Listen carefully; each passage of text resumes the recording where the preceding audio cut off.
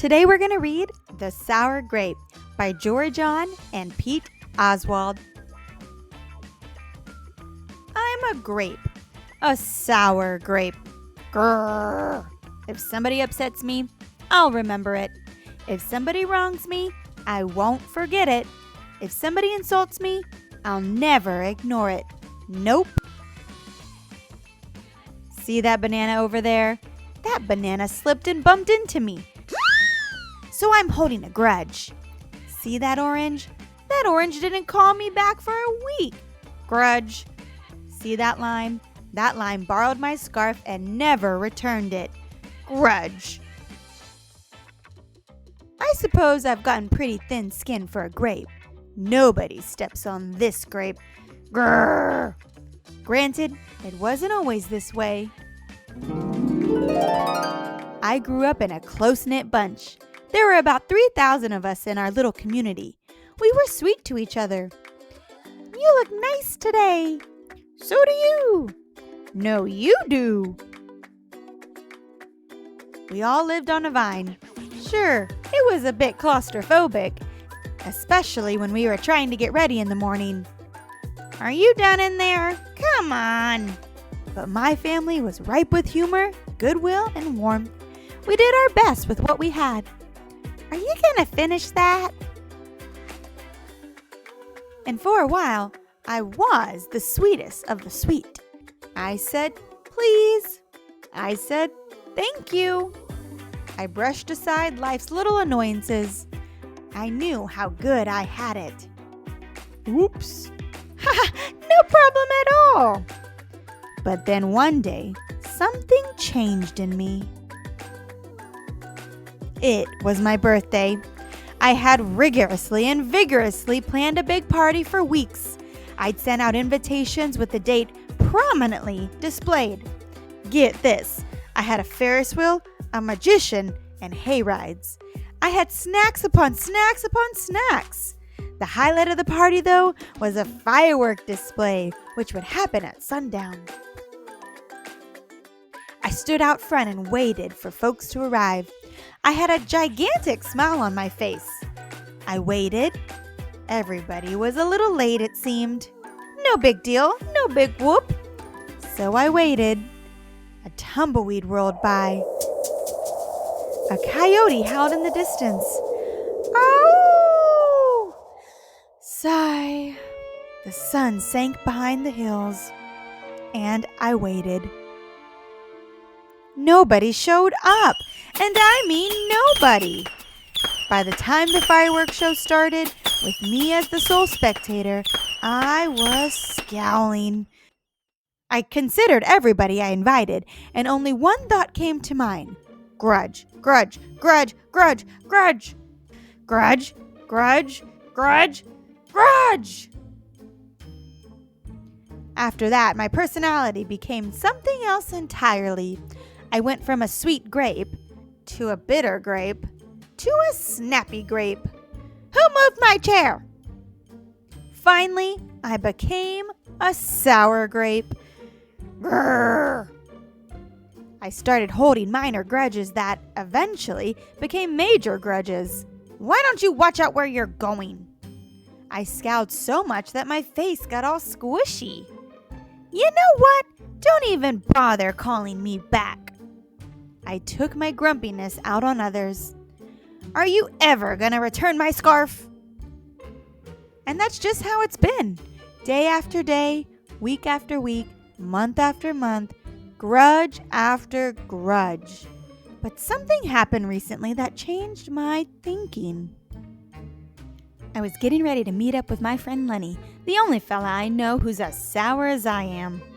Lenny and I usually go to the park, where we sit on a bench and rant about stuff.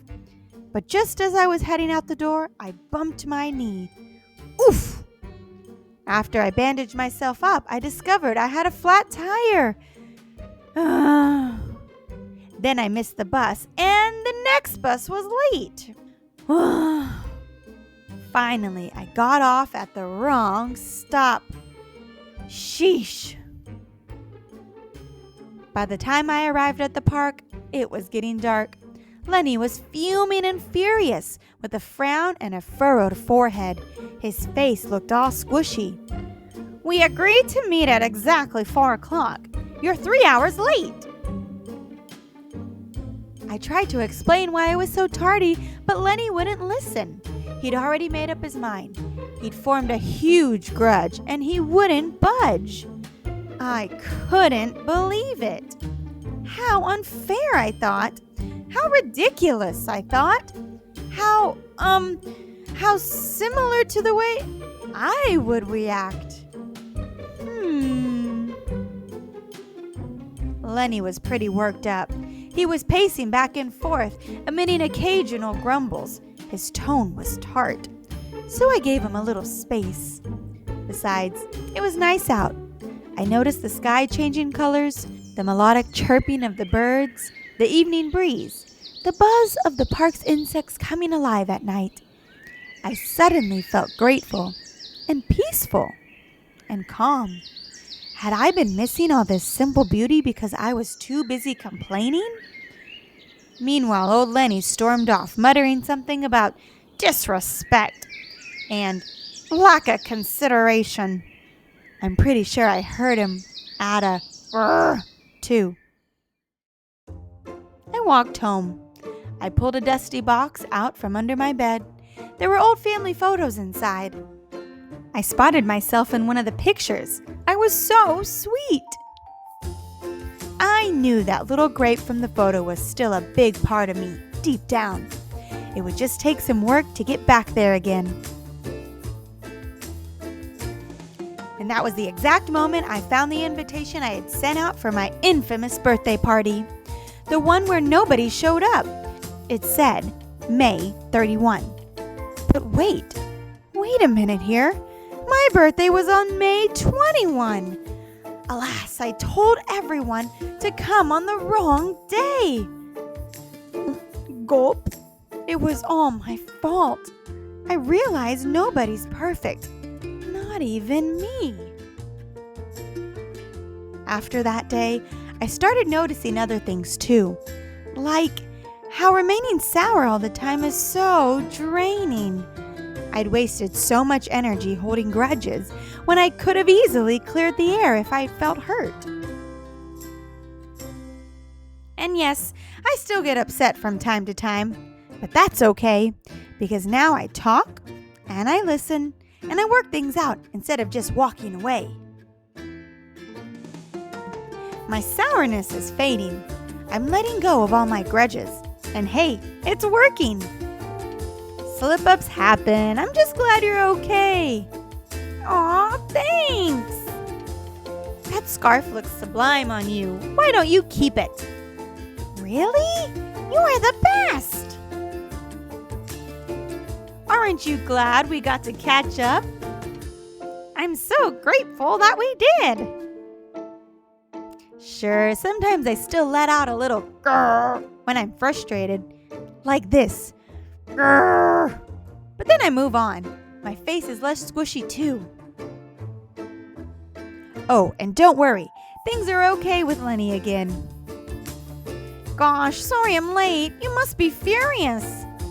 No big deal, my friend. You know what?